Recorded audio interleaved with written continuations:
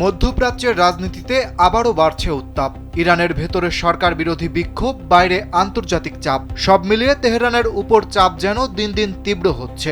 মানবাধিকার লঙ্ঘনের অভিযোগে পশ্চিম দেশগুলোর কড়া অবস্থান, মার্কিন প্রশাসনের হুঁশিয়ারি এবং G7 দেশগুলোর সতর্ক বার্তার মধ্যেই একের পর এক কঠোর সিদ্ধান্ত নিচ্ছে ইরান সরকার। এমন অস্থির পরিস্থিতিতেই আকাশপথে বড় ধরনের বিধিনিষেধ আরোপ করল দেশটি। আন্তর্জাতিক সিভিল ফ্লাইটের ওঠানামা ব্যতীত সব ধরনের উড্ডয়নের জন্য নিজেদের আকাশসীমা সাময়িকভাবে বন্ধ করে দিয়েছে ইরান। বৃহস্পতিবার ভোরে প্রকাশিত এক সরকারি অ্যাভিয়েশন নোটিশে এ তথ্য জানা যায়। স্যান্ডেলিনা সো, রূপচর্চায় আভিজাত্য। তবে অনুমোদিত আন্তর্জাতিক বেসামরিক ফ্লাইটগুলো এই নিষেধাজ্ঞার আওতামুক্ত থাকবে। বিজ্ঞপ্তিতে আরও বলা হয়েছে, এই নিষেধাজ্ঞা ইরানে প্রবেশকারী বা ইরান থেকে ছেড়ে যাওয়া ফ্লাইটের ক্ষেত্রে প্রযোজ্য হবে এবং অন্যান্য সব ধরনের বিমান চলাচল স্থগিত থাকবে।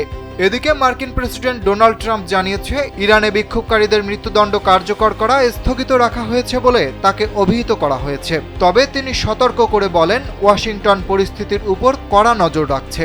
বিক্ষোভকারীদের প্রতি বারবার সমর্থন জানিয়ে ট্রাম্প আরও বলেন, মৃত্যুদণ্ড কার্যকর করা হলে যুক্তরাষ্ট্র খুব কঠোর ব্যবস্থা নিতে পারে।